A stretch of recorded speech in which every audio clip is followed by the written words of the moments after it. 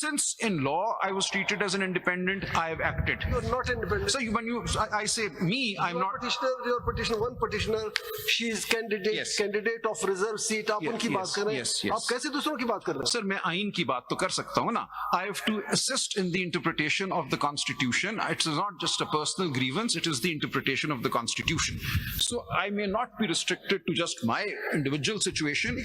I'm helping. Addition में आप ये कहें कि ये मेरा जी, क्लेम है. जी. एडिशन में आप ये करना चाहते हैं? जी मैं वही कर रहा हूँ. So आप आइन को इंटरप्रेट करेंगे तो मेरा जो भी कोई राइट बनता है आप मुझे देंगे. So I'm trying to assist in the interpretation of the constitutional scheme. And my submission is, had I not been declared independent, there would have been no problem.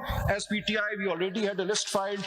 I would have been elected and I would have had the benefit of the list filed with additional names given, which the law allows me to give. But because I was treated as an independent, the situation has arisen, as my Lord Justice Athar Minillah is pointing out. Now, my Lord, coming to the principles involved in this, the principles will determine the interpretation of 51(6)(d) and E. And these principles I have very quickly stated. I'll spend no time at all. Kindly see page 4 of my note.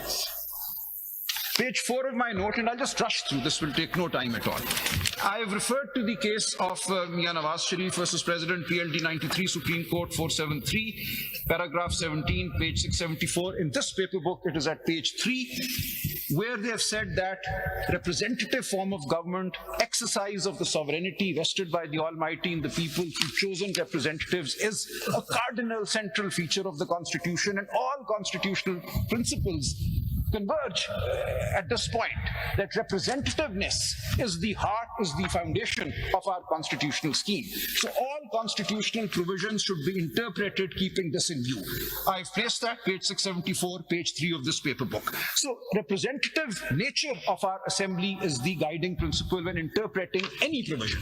Then I go on to the landmark judgment in the case of Tahir Sadiq versus Faisal Ali. This is 2024 SCMR 775, judgment by my Lord Justice Mansoor Ali Shah, and I very quickly point to pages 8 and 9 in this paper book, where again your lordships have held that the entire purpose of the Constitution is to create representative government. The very first 4 lines at page 8. In this democratic process, individuals exercise their right to vote, contributing to the formation of a representative government. And then this goes on over the next 2 pages to say this lies at the heart of the constitutional order. And therefore, whatever we do, this is the principle that we must be promoting.